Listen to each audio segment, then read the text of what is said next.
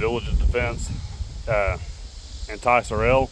It's one of the quietest 30 cal cans on the market, and I'm going to compare it against the Ramblin Man, and I'm going to take the end cap out of the Enticer and throw it in the Ramblin Man, and I'm going to run it in the long and short configuration, and then I might even put the 46 cal end cap back on it and try with 300 Blackout again. We're going to be shooting 208 grain A-Maxes. I'm going to start off with the Enticer.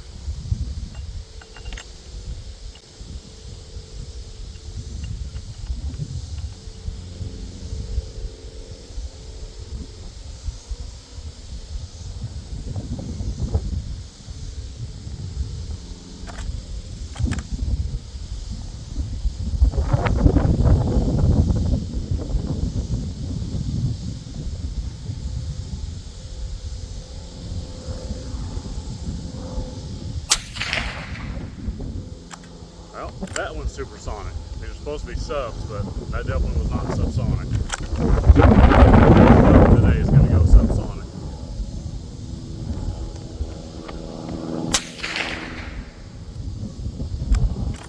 Another supersonic.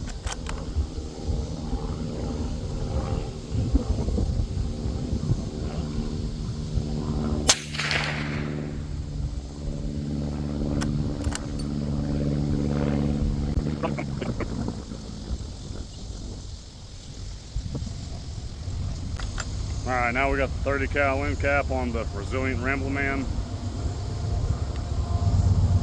Even though they're going to go supersonic, see how they do.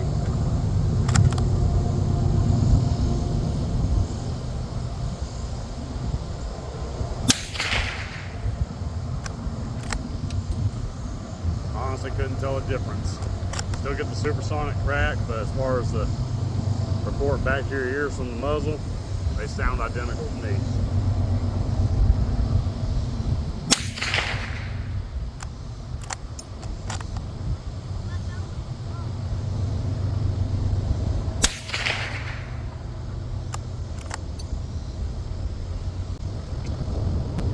Now we'll do the Ramblin Man in the short configuration with the 30 cal end cap.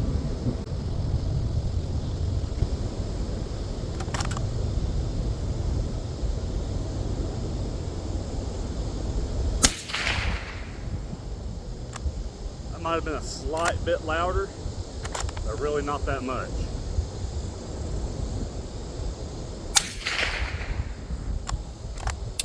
Honestly, it's pretty hard to tell the difference.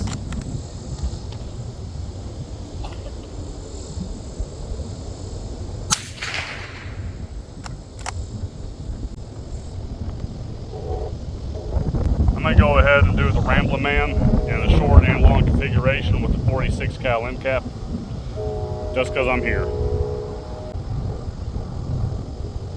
Start off with the short.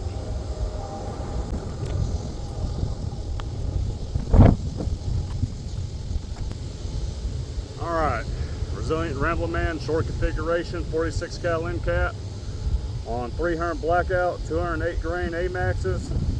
They're going supersonic.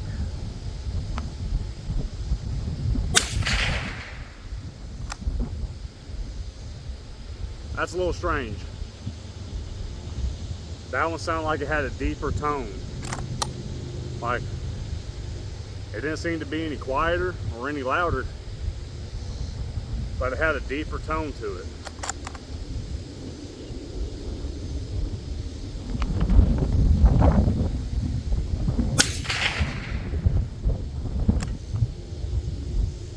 That is really strange. And the short configuration on 300 Blackout, that seems like I prefer the 46 cal end cap on it.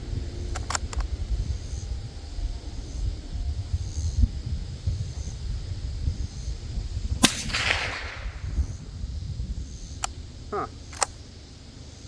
I honestly didn't expect that. Try it in the long configuration now.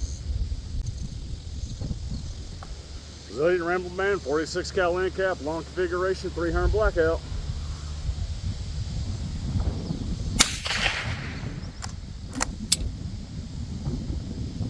A little quieter, a A little quieter, and tone was pretty close to the same.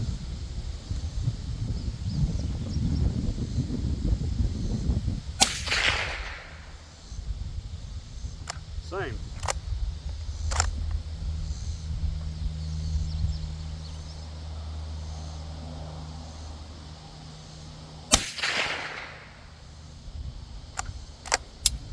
Huh.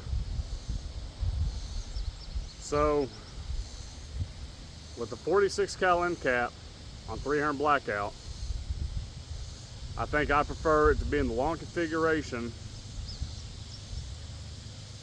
Let me reword that.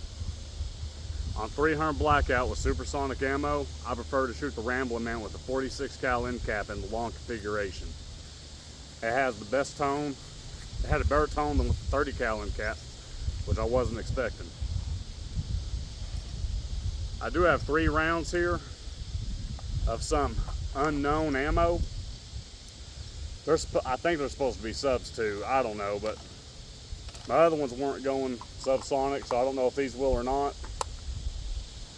But I've only got 3 rounds of them. At least I think I've only got 3 rounds. Bubby, you don't see another bullet laying around anywhere, do you? Nope. Oh, I do have 4 rounds. So what I'm going to do is I'll shoot these, but I'm only going to shoot 1 round through each. I'll shoot 1 round through the Ramblin' Man with the 46 cal end cap, 1 with the 30 cal end cap. Then I'll go to the Banish 46 with the 46 cal end cap, and then I'll end on the DTF, or not the DTF, but the Enticer L with the 30 cal end cap.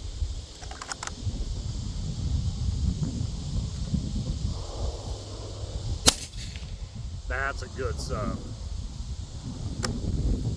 That was subsonic, and that was very pleasant, very, very quiet. Man, wish I had brought more of those with me today.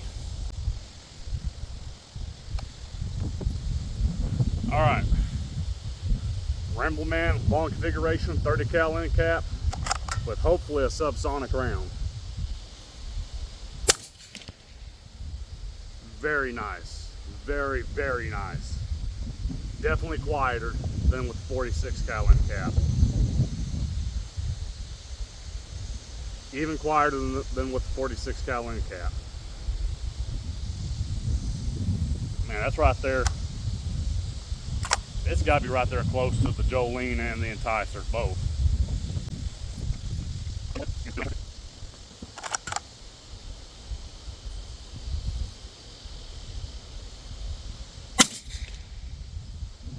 Very, very pleasant, but it's definitely louder than what the Ramblin' Man was. Even with the subsonic, it is louder, but it's definitely nothing to complain about.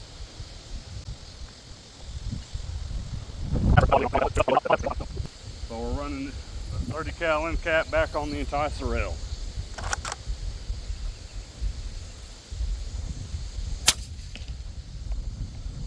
Just silly quiet. I don't know if I can tell the difference between it and the Ramblin' Man with the 36 or with the 30 cal end cap on it. They're both about as quiet as you could possibly get. I know a lot of people rave about a lot of other cans, but that Enticer L and my Jolene are the 2 quietest that I've ever experienced. And I only brought the Enticer L out today because it does have the interchangeable end caps on it. That's what I got. I was really surprised by today's results. I really wasn't expecting the Ramblin' Man with the 46 cal end cap to have a deeper tone than with the 30 cal end cap while shooting supersonic ammo. On the other hand, shooting subs with the 30 cal end cap, the tone was pretty close to the same, but it was also noticeably quieter than with the 46 cal end cap. So if you're only planning on shooting supersonic 300 Blackout through your Ramblin' Man, then I wouldn't worry about getting a 30 cal end cap. And if you plan on shooting subs through it, then it may be worth the investment to you, but I honestly wouldn't worry about it. I don't plan on using my Ramblin' Man on 300 Blackout, but I did it today just out of curiosity, and it did a lot better than I expected it to. As someone who owns double-digit cans, both universal and caliber specific, I can honestly say that caliber specific cans are not necessary. The Ramblin' Man and the Diligent Defense DTF are both great examples of do-all cans as long as you're using them how they were intended to be used. Follow firing schedules and barrel restrictions for the calibers you plan on running, and they are fantastic. On another note, the Ramblin' Man did what I would consider exceptionally well in the short configuration. I'll probably never run in the short configuration again. I tend to gravitate to the quietest can possible versus length or weight savings, and the Ramblin' Man is already the lightest rifle rated can that I have and shorter than most of my other cans, excluding the rimfires. All in all, I'm very happy with it and can't recommend it enough to anyone who wants a big bore can or someone who wants a one and done can that needs to cover everything from small bore to big bore.